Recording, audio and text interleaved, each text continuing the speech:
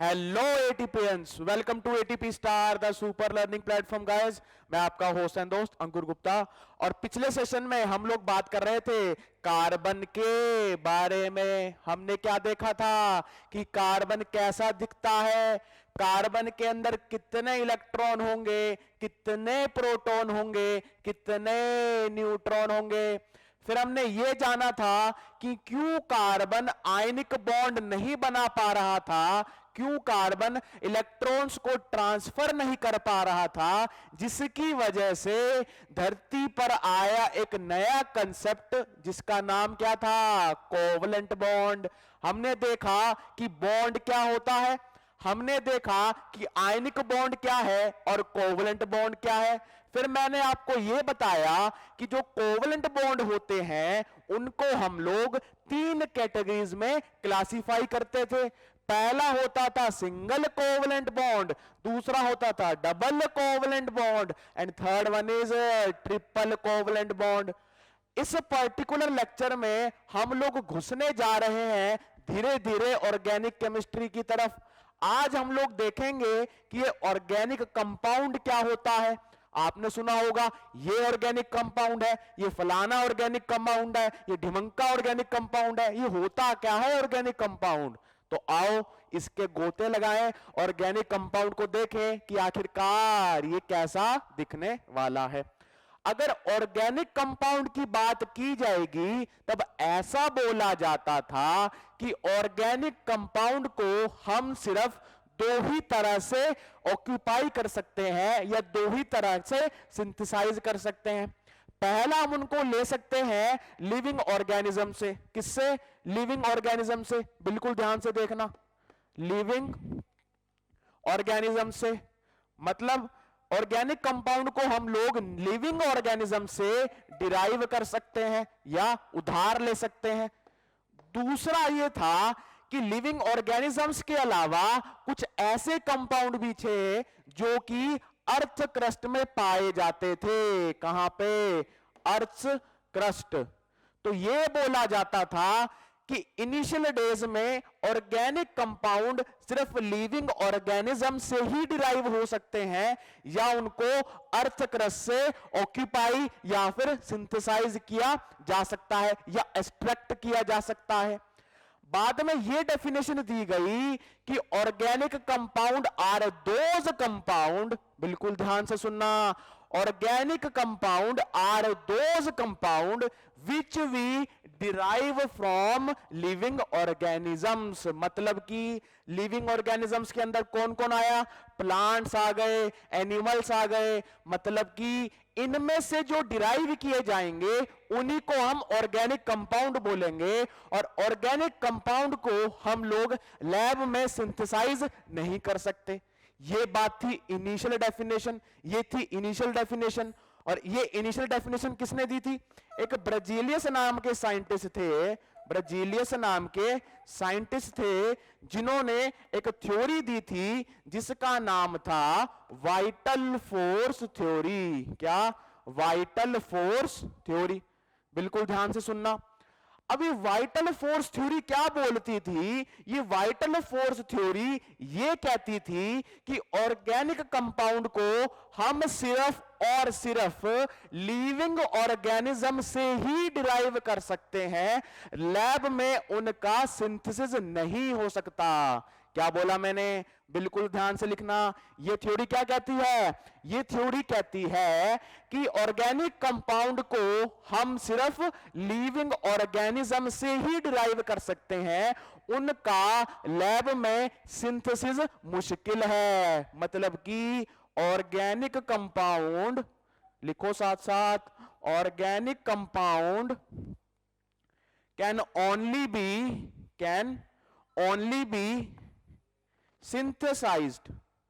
Synthesized या मैं कहूं डिराइव्ड, ब्रैकेट में लिखना, derived from living organisms, and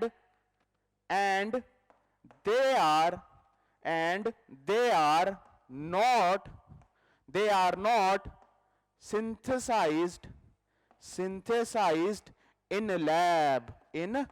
lab. सही है। मतलब वाइटल फोर्स थ्योरी ने यह कहा कि इन ऑर्गेनिक कंपाउंड को हम सिर्फ और सिर्फ लिविंग ऑर्गेनिज्म से डिराइव कर सकते हैं, इनका लैब में सिंथेसिस मुश्किल है। पर आपको पता है chemistry is all about experiments. जब एक्सपेरिमेंट किया गया तब एक साइंटिस्ट हुए जिनका नाम था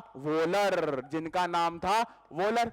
उन्होंने कहा अरे बकवास बात कर रहा है ब्राजीलियस, बेकार है ये वाइटल फोर्स थ्योरी, लो मैं आपको ऑर्गेनिक कंपाउंड बना के बताता हूं। उन्होंने क्या किया, अमोनियम साइनेट लिया, NH4CNO लिया और उसको हीट कर दिया। जैसे ही उन्होंने अमोनियम साइनेट को हीट किया, यहां से क्या बन के आया, यूरिया। क्या बना, यहां से यूरिया का फॉर्मेशन हुआ। इसको क्या नाम देंगे, इसका नाम होगा अमोनियम साइनेट। अभी नाम से मत घबरा जाना, इसका नाम क्या है, अमोनियम साइनेट, और इसका नाम है यूरिया। तो बात कहां निकल के आई, ये बोला जा रहा था कि ऑर्गेनिक कंपाउंड को तो लैब में बनाया ही नहीं जा सकता, पर वोलर नाम के साइंटिस्ट ने क्या किया, अमोनियम साइनेट को हीट करके एक ऑर्गेनिक कंपाउंड बना दिया, जिसका नाम क्या था, यूरिया था। बाद में एक और बाबा हुए जिनका नाम था कोल्बे। क्या नाम था, कोल्बे। आपने बड़े अच्छे से सुना होगा, कोल्स इलेक्ट्रोलिसिस सुना होगा आपने। क्या नाम था उनका, कोल्बे।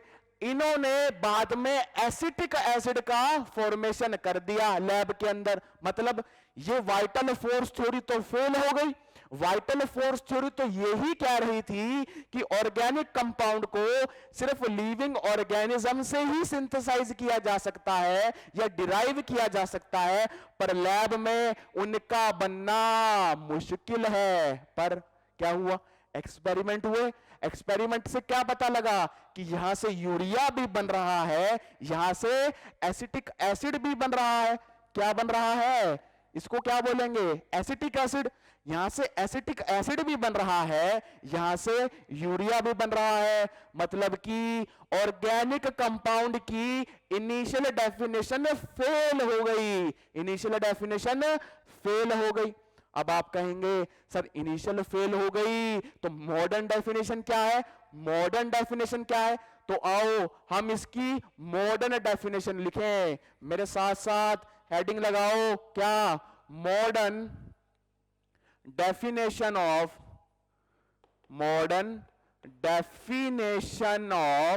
Organic compound. तो लिखो, क्या लिखोगे, अरे बता रहा हूं, रुक जा चंपू। लिखो, organic compound are those compound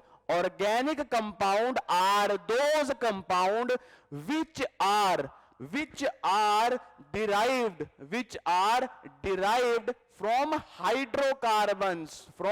hydrocarbons। मतलब कि बाद में यह बोला गया कि ऑर्गेनिक कंपाउंड उन कंपाउंड को बोला जाएगा जो कि हाइड्रोकार्बन एंड इट्स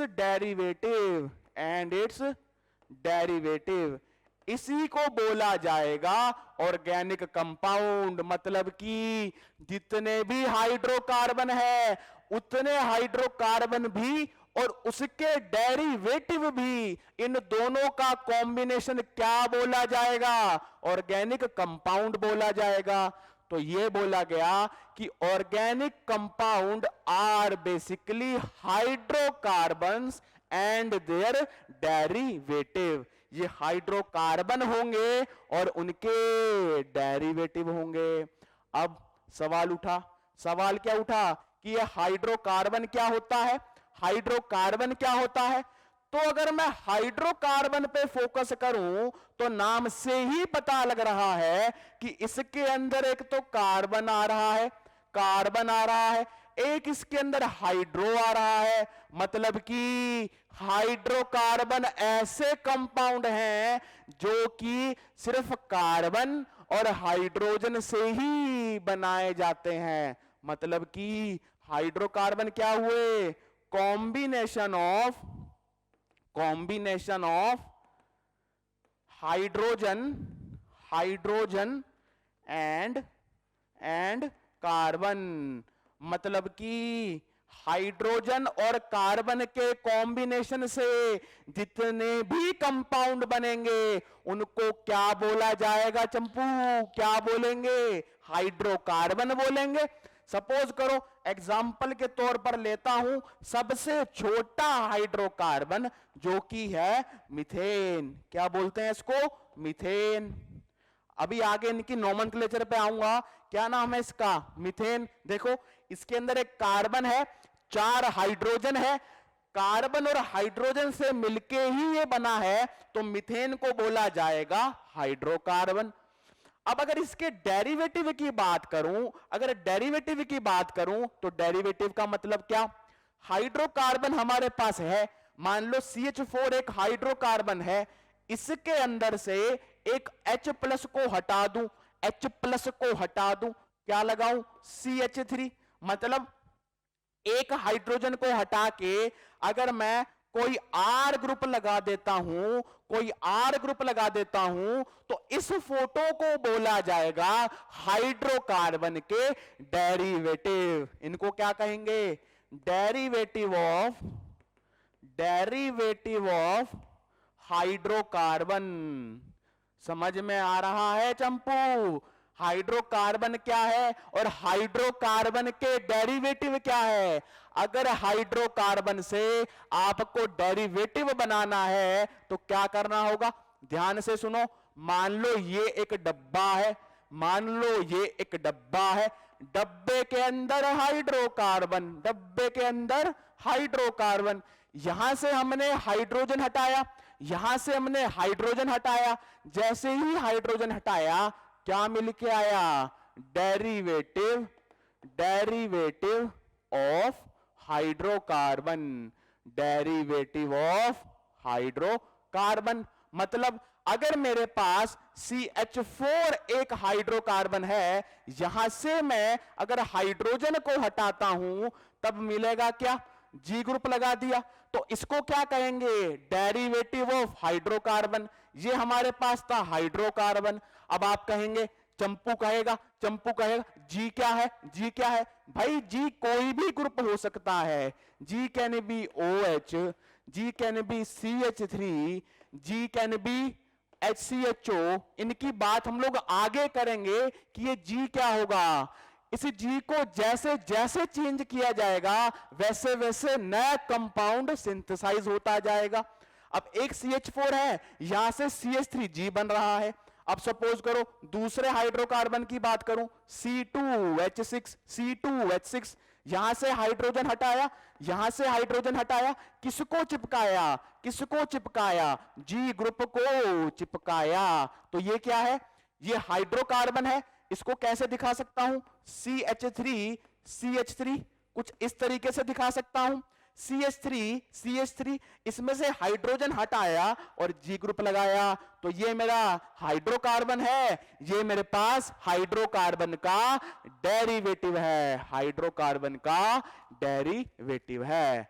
तो इस बात को छापो, ढंग से लिखना कि हाइड्रोकार्बन क्या है, हाइड्रोकार्बन के डेरिवेटिव क्या है। फिर हम लोग इन हाइड्रोकार्बन्स को या इन ऑर्गेनिक कंपाउंड्स को क्लासिफाई करने वाले हैं। तो मैं आपको एक टेबल बनवाऊंगा, उस टेबल पे आपको बिल्कुल फोकस करना है, सही है। इस बात को नोट करो कि हाइड्रोकार्बन क्या है और डेरिवेटिव क्या है, और इन दोनों के कॉम्बिनेशन को ही बोला जाएगा ऑर्गेनिक कंपाउंड। तो क्लियरली इस बात को नोट करो, जल्दी से छापो।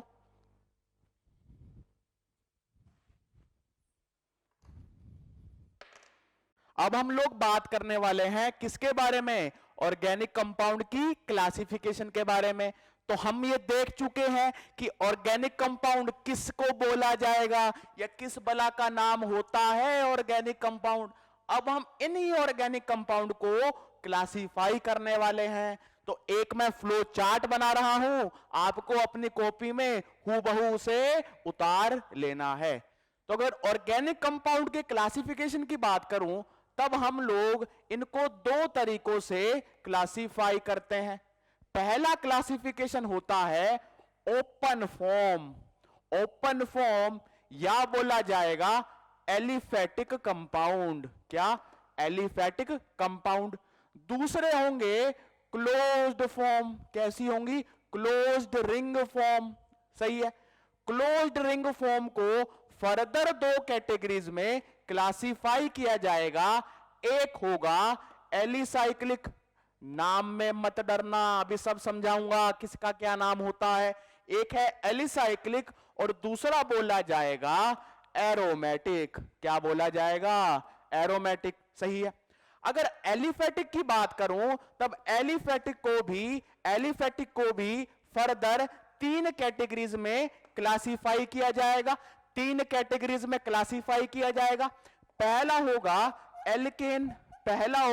एल्केन, दूसरा होगा alkene and last one is alkyne. सही है। अब इनका क्या मतलब होगा, इनकी फोटो कैसी होगी, वो हम आने वाले सेशन में देखेंगे। अगर एलिसाइक्लिक की बात की जाए, तब इसको क्लासिफाई किया जाता है साइक्लो एल्केन में। नंबर सेकंड क्लासिफिकेशन होता है cyclo alkene and third one is cyclo alkyne. सही है। और अगर एरोमेटिक की बात की जाएगी, तब एरोमेटिक का सबसे अच्छा उदाहरण होता है जो बचपन से हम लोग पढ़ते आ रहे हैं। क्या? बेंजीन, जिसकी फोटो हम लोग बचपन से पढ़ते आए हैं। ये क्या है? बेंजीन है। इसको क्या बोला जाता है? बेंजीन बोला जाता है। तो इस तरह से हम लोग ऑर्गेनिक कंपाउंड को क्लासिफाई करते हैं।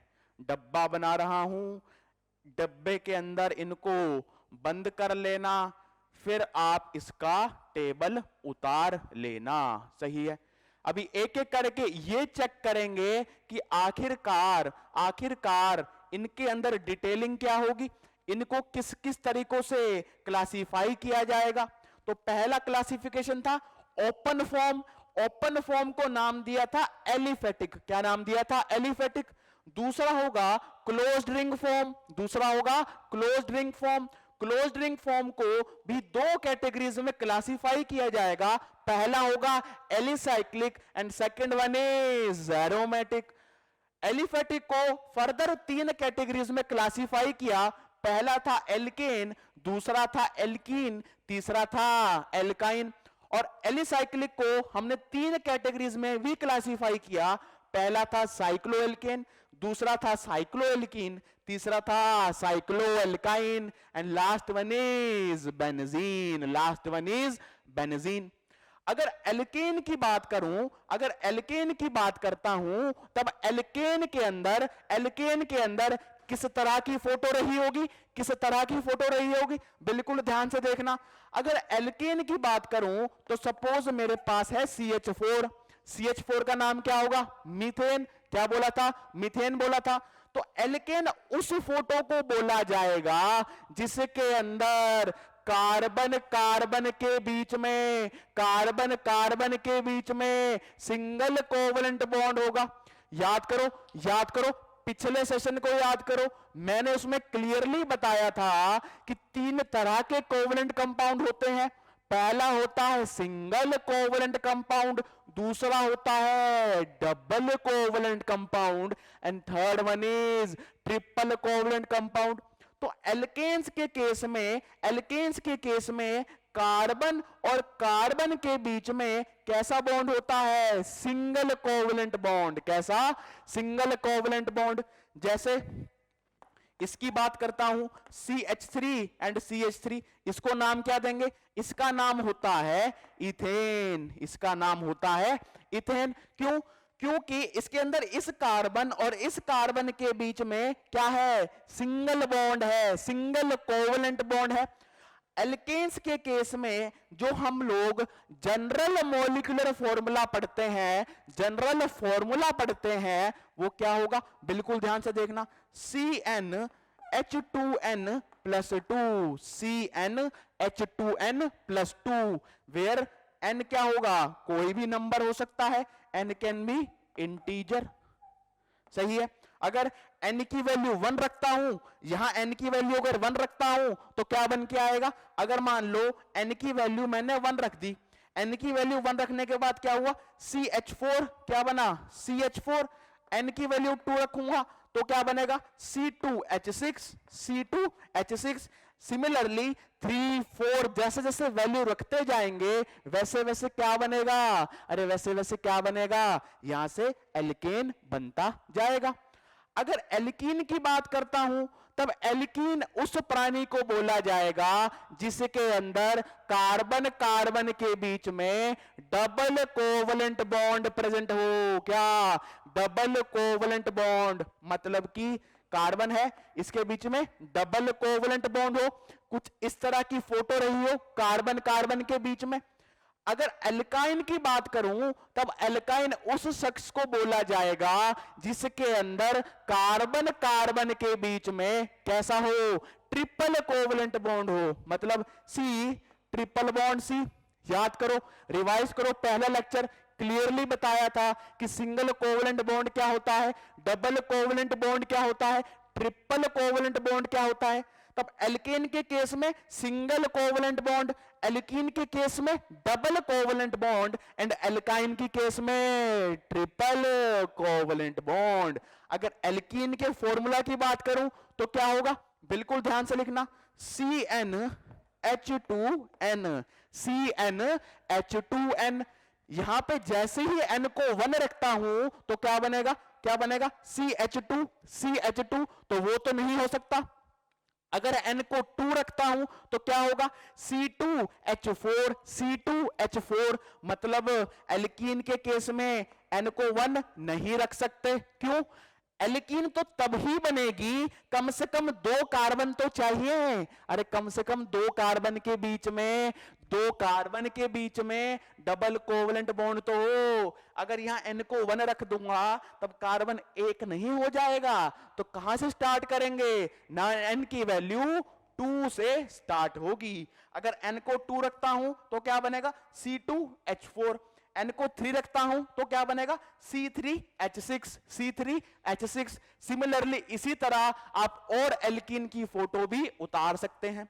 अगर एल्काइन की बात करूं तब एल्काइन के केस में जो जनरल फॉर्मूला होगा वो क्या होगा, CnH2n-2, Cn यहां लिख रहा हूं, CnH2n-2, सही है। अब इसके अंदर अगर n को 1 रखोगे, रख सकते हो क्या, नहीं, क्यों, 2 कार्बन के बीच में ही बॉन्ड होना चाहिए। अगर n को यहां 1 रखूंगा तो नहीं चलेगा, n को 2 रखूंगा तो क्या होगा, C2H2, C2H2, मतलब कि यहां देखो, यहां देखो, क्लियरली देखो, अगर एल्केन की बात करूं, अगर एल्केन की बात करूं तब उसका फॉर्मूला क्या होगा, CnH2n प्लस 2, सही है।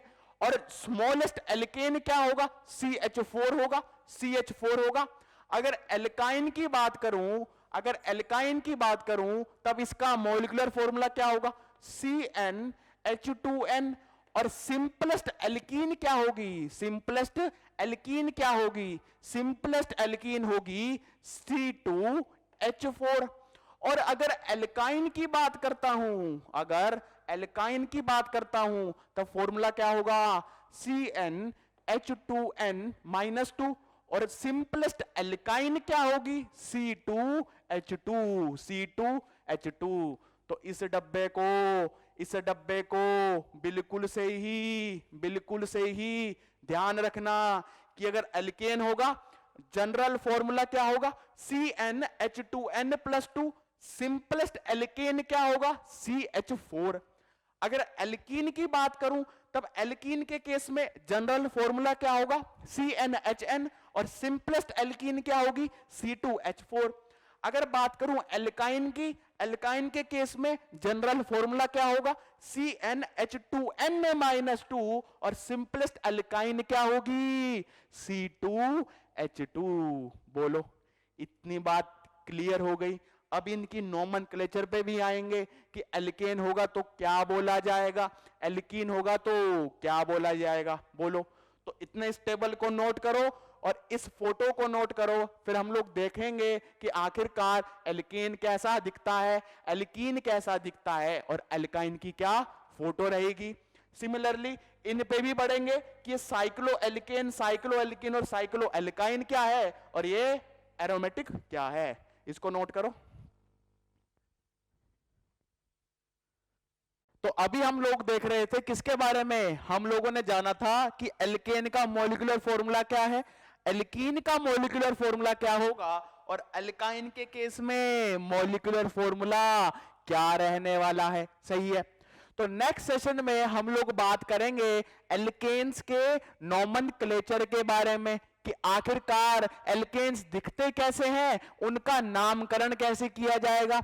सिमिलर खेला हम लोग एल्कीन और एल्काइन के साथ भी करने वाले होंगे। फिर हम लोग बात करेंगे cycloalkane, cycloalkene and cycloalkynes के बारे में। तो तब तक दोनों लेक्चर को अच्छे से रिवाइज करना, अच्छे से नोट्स प्रिपेयर करना, ताकि आप जब थर्ड लेक्चर देख रहे हो आपके दोनों बचे हुए लेक्चर के फंडामेंटल एकदम क्लियर हो चुके हो। तो चलिए मिलते हैं आपसे नेक्स्ट सेशन में। Till then keep revising, notes बनाते हुए चलना, and all the very best.